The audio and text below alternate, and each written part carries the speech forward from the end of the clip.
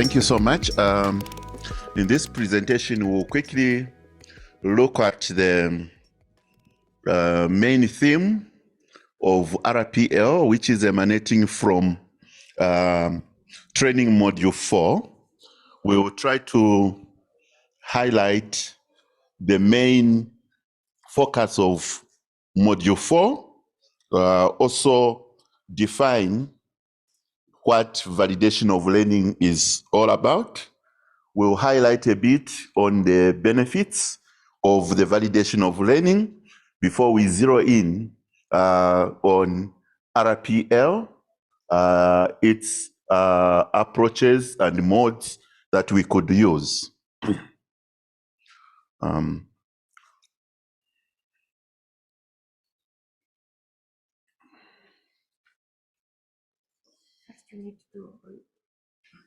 Okay, thank you. All right. When you look at the main theme of Guideline 4, we attempt in there to give a common language and concepts that would help us deal with matters around validation of learning. In that, we want to see a fair and transparent approach in the recognition of learning, so much that the issues of mobility from one country to another and research as well as work becomes an easy phenomenon. Now, in this regard, Guideline 4 tries to facilitate the recognition of qualifications among member states, also the issues of recognition of learning within and among the member states. Now, what really do we mean by validation of learning? Validation of learning, we are looking at key aspects. We are talking about procedures by which competent authorities could recognize qualifications on one side, credits on another, and also prior learning in accordance with the norms and the standards that are internationally as well as internally recognized. Now, when you look at where we came from day 1 and day 2, we have always talked about the need to support the framework by legislation. And it's through this legislation that we can talk about the competent authority, meaning therefore that everything that we do must have a backing of the law for us to refer to that particular entity making those decisions as a competent entity. Now, when we carry out this validation of learning, what is it that it brings to table? We are saying where we have done this, we should be able to see or to ensure that stakeholders and individuals that have had that qualification passing through that process would be sure that indeed this qualification is genuine.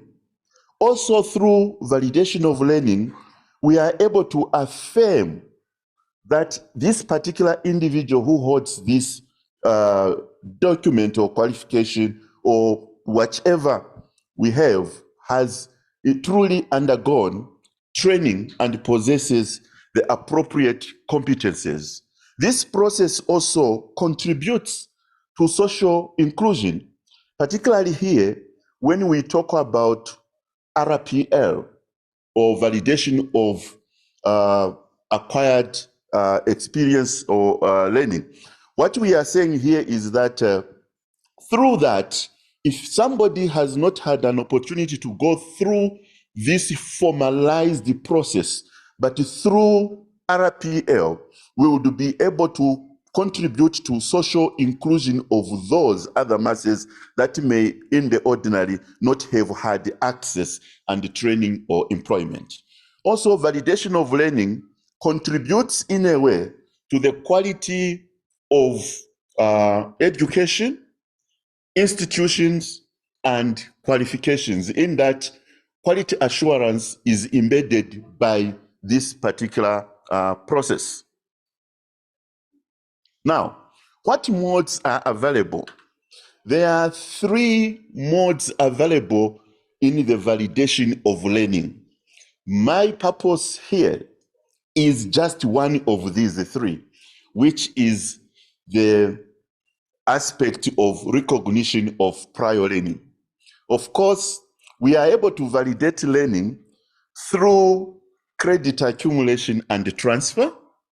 We are also able to recognize to learning or validate and recognize learning through the recognition of qualifications. This is where we do the actual formal qualifications and take them through the process of validation and evaluation. My interest is on recognition of prior learning or validation of acquired experience. Now, here, I always get excited when I look at that quotation to say it tends to give people wings to new perspectives.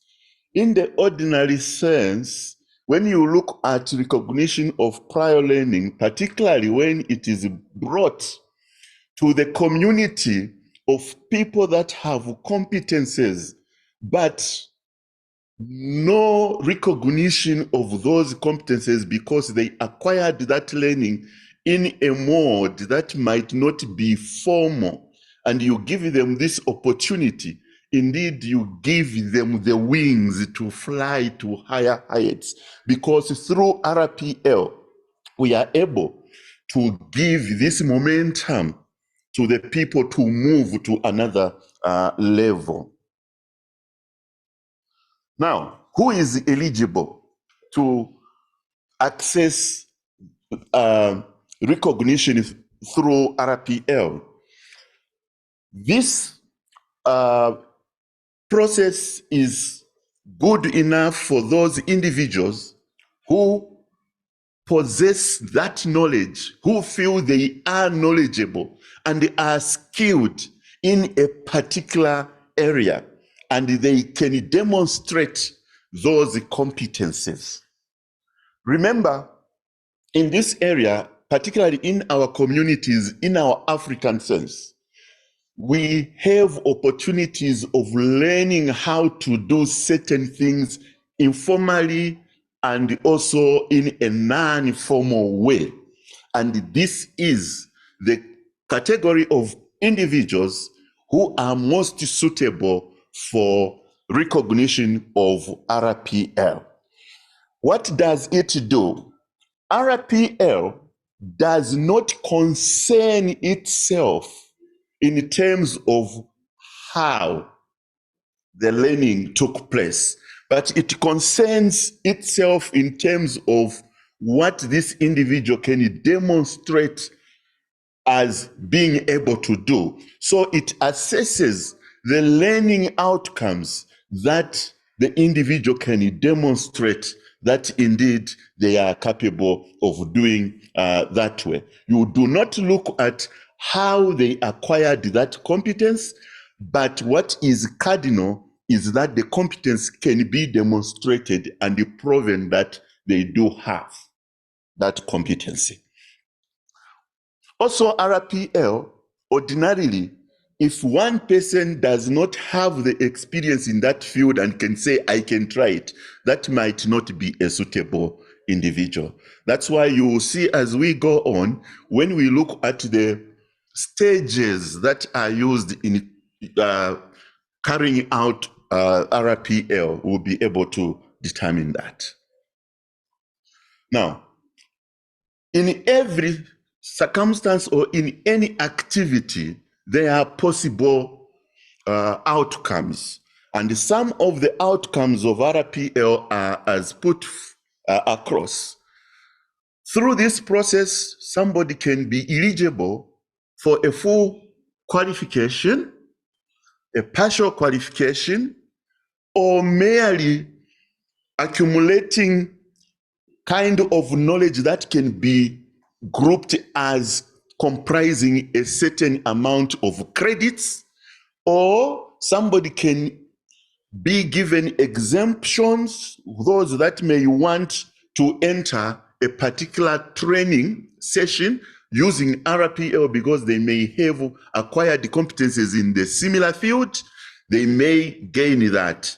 Or RPL can be used to position a learner on a formal learning pathway before they continue, or we can wholly award them a competence certificate for that particular labor market competence that you look at. Also, in the worst case scenario, those that may fail to demonstrate the acceptable level of a competency, we will have to give them a non-recognition. But that is not the end. There is still room for them to go back, polish up their skills, and come back for re-evaluation and satisfy the minimum standard to be awarded that. In the eyes of ACQF, this is what is hoped to be achieved through RPL.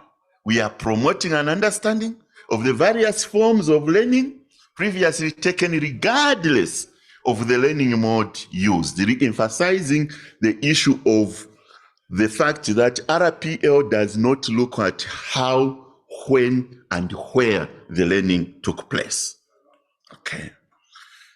There are critical principles that must always be adhered to as you implement RPL. These can be categorized into 5 themes. We should have policies and procedures. We must also organize information required for the candidates to know and how we disseminate that information. We must also focus on roles and responsibilities that are for the candidate, for the institution, and vice versa. Also, the support necessary for us to carry out RPL effectively, then the monitoring and review. Among the key principles under policies and procedures, we must ensure that we focus process on the candidate and his outcome of learning. Again, re-emphasizing the issue of look at what the candidate is able to demonstrate, not how he acquired that. The second principle is equality of qualifications document. Now, what we are saying here is that when a candidate has been considered for RPL, there is no distinction between the issue to say this particular individual's competencies were certified through RPL or were not in a formal kind of training. A competence is a competence, and therefore there should be no demarcation of how that competence is looked at. Also, the qualifications registered on the NQF may be awarded in whole or in part through RPL. We had hinted that that is one of the policies that you can actually look at a particular qualification level and test this particular candidate against that qualification that is already on the framework and demonstration through the particular assessment. This individual candidate certifies that, and you are able now to award a qualification that is the same as the one sitting on the framework. Still under the policies and procedure, we still emphasize that whatever decisions that you are making, they must be transparent and there should be rigor and fairness. The more reason you will see that when we go to issues of communication, the candidate must know beforehand what it takes for one to be considered and everything else. There is also room for the candidate, if not satisfied at the end of the result, to appeal on the process on how the whole activity was conducted. Okay, so these are some of the principles. Under information, I'm trying to hurry up. I know we have limited of time. Under the information principle, there, the emphasis that I was talking about, providing clear and accessible information to the candidates and also the team that is going to assess. Remember, in this particular environment, you have the candidate that has applied for RPL, you have the assessors that are going to conduct the assessment on this particular person, the institution that is responsible over that, and finally the awarding body around there. So in all these levels, the information that must be there should be clear and accessible, and the instructions should be simple for everyone to follow. The terminologies, the scope, the boundaries, all those things must be explicitly defined in the information and guidance materials. Okay.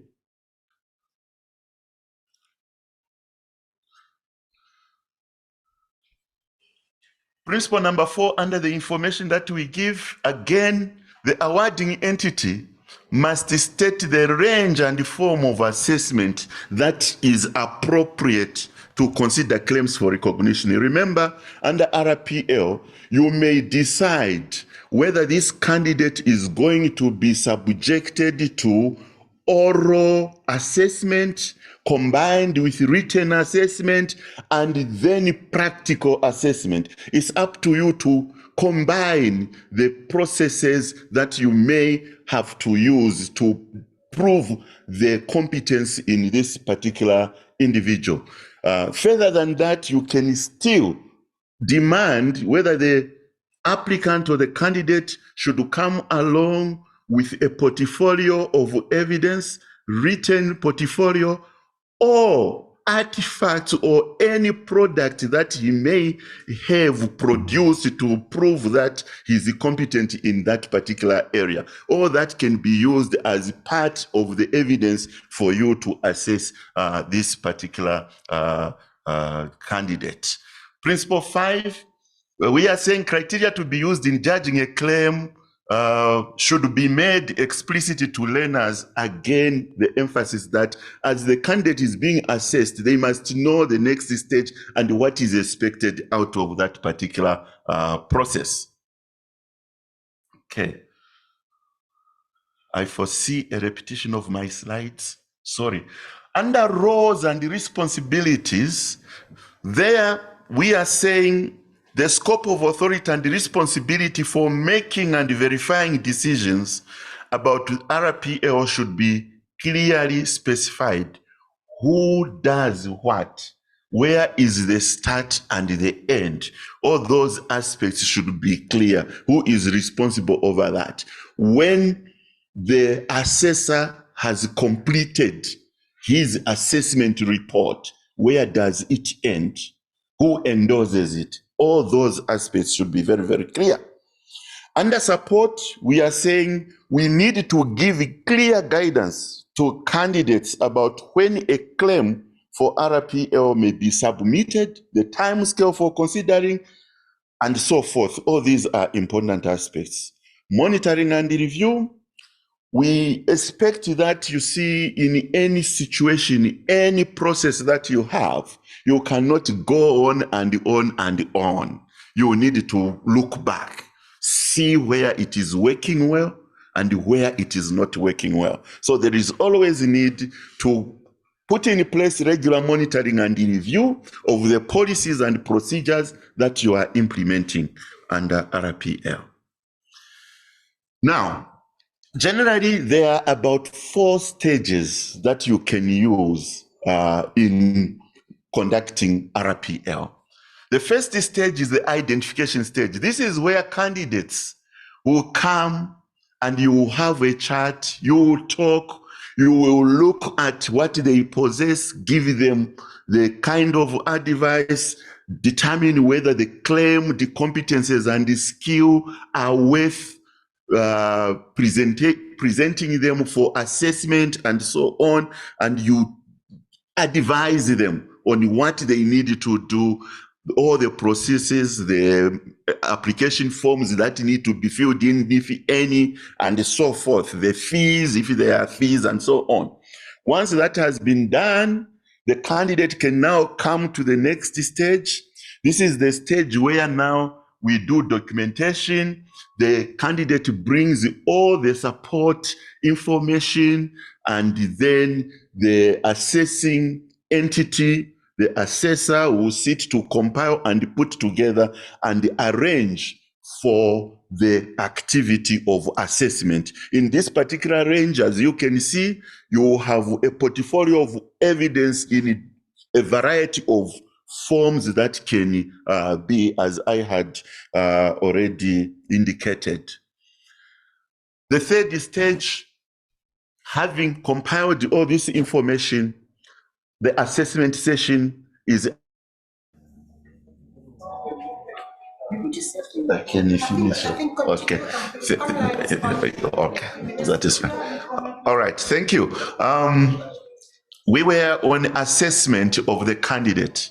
At that stage, the candidate presents himself for this assessment, and it's recommended that the assessment must use a variety of approaches. We are talking about having interviews, observations, questioning, sometimes even visiting places of work. If somebody has come to indicate that they are working and doing that kind of job, you can arrange for that field visit to see the candidate performing in that role, and also request the supervisors of that individual to give you their own assessment of his performance in that particular job, and so on.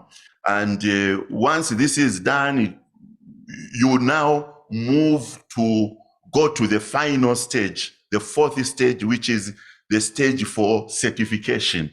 This is the stage where a successful candidate is given a recognition certificate of their competences in a particular field that they presented themselves. Around here, you issue certificates to the successful candidate, as well as providing feedback necessary to those candidates that may not have been successful in this particular activity.